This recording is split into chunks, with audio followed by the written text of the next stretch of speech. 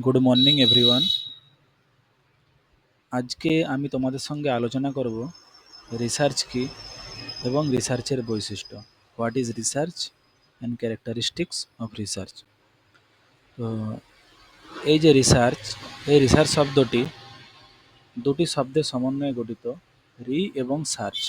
রি কথার অর্থ হচ্ছে অ্যাগিন এবং সার্চ কথার অর্থ হচ্ছে ফাইন্ড আউট, অর্থাৎ পুনরায় অনুসন্ধান। অ্যাকচুয়ালি রিসার্চ হচ্ছে সত্যের অনুসন্ধান।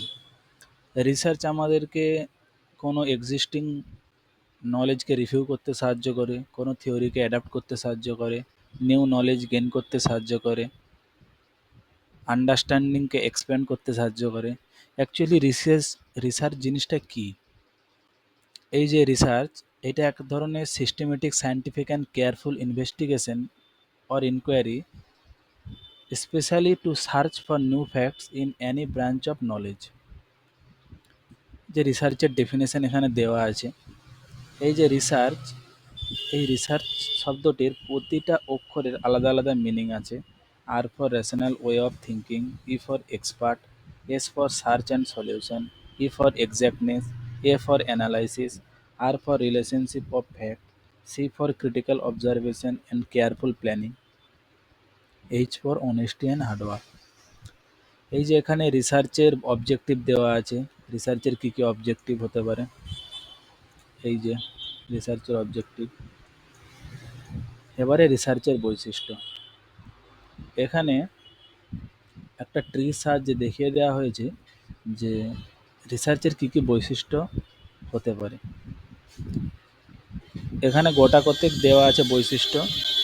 আমি এই টার্মগুলিকে ধরে তোমাদের সুন্দরভাবে বুঝিয়ে দেবো, এবং এছাড়াও আরও বৈশিষ্ট্য হতে পারে, সেগুলো তোমরা এই জিনিসটাকে বুঝিয়ে দিলে তোমরা নিজেরাই করতে পারবে।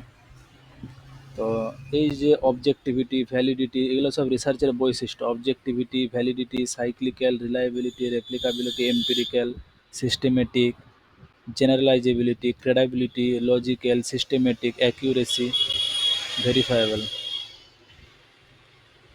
এবারে আমরা আসি বৈশিষ্ট্য, ক্যারেক্টারিস্টিক অফ রিসার্চ। তো রিসার্চের প্রথম বৈশিষ্ট্য হচ্ছে অবজেক্টিভিটি।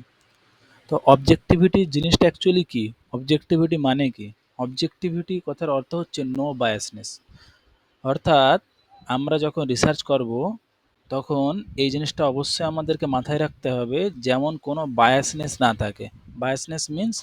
বায়াসনেস মানে হচ্ছে যে আমি আমার মনে হচ্ছে তাই আমি দিয়ে দিলাম, বা আমার নিজের জন্য এটা দিয়ে দিলাম, বা আমার মানে সেইখানে একটা নিজের জিনিস থাকবে যে আমার মনে হচ্ছে তাই আমি দিয়ে দিলাম।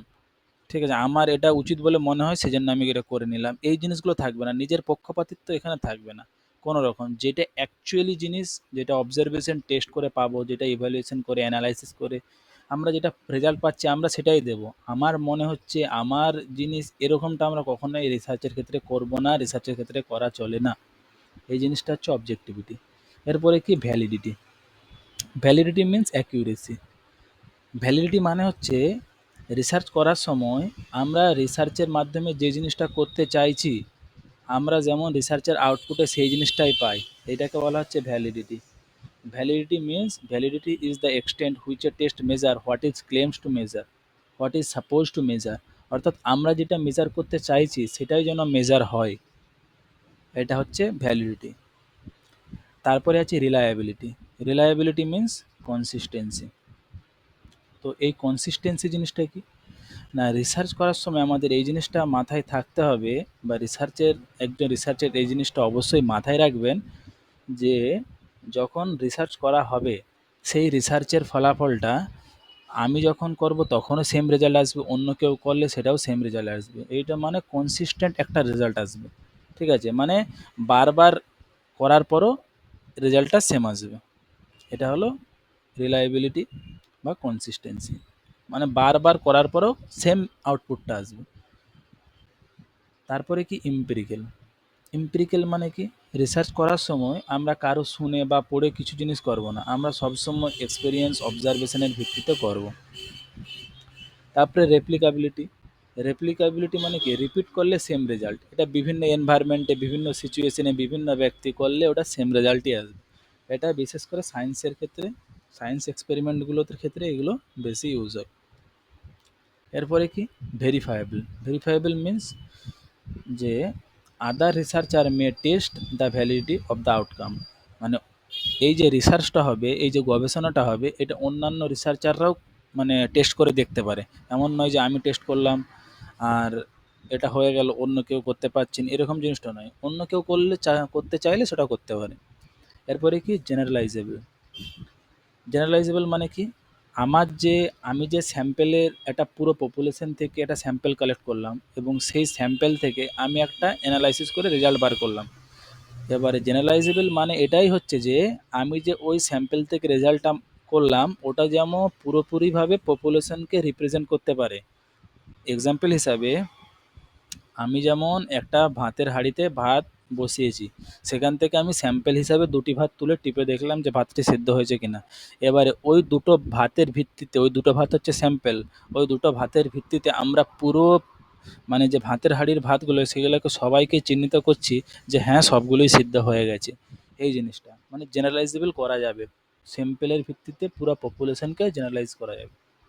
এরপরে কি সাইক্লিক, যে start with a research question and generate new question. একটা কোশ্চেন থেকে রিসার্চ শুরু হবে, আবার একটা কোশ্চেন নতুন জেনারেট করবে, এটা সাইক্লিক্যাল প্রসেস। প্রুডেন্স মানে কি, select best method, easy plus কম খরচে। আমরা সবসময় রিসার্চ করার সময় বেস্ট মেথডটাকে ইউজ করব। আর ক্রেডিবিলিটি মানে বিশ্বাসযোগ্যতা, রিসার্চ করার ক্ষেত্রে সব জিনিসের বেস্ট আমরা দেবো। ডাটা কালেকশনের সময় বেস্ট জিনিস দেবো, মেথডের সময় বেস্ট, তারপরে ডাটা কালেকশনের সময় মানে সব জিনিসের সময় আমরা বেস্ট জিনিসটা করব। তো আজকে এতটাই। থ্যাংক ইউ বন্ধুরা। ভিডিওটি ভালো লাগলে অবশ্যই একটা লাইক করে দেবেন, শেয়ার করে দেবেন এবং সাবস্ক্রাইব করে দেবেন। Thank you.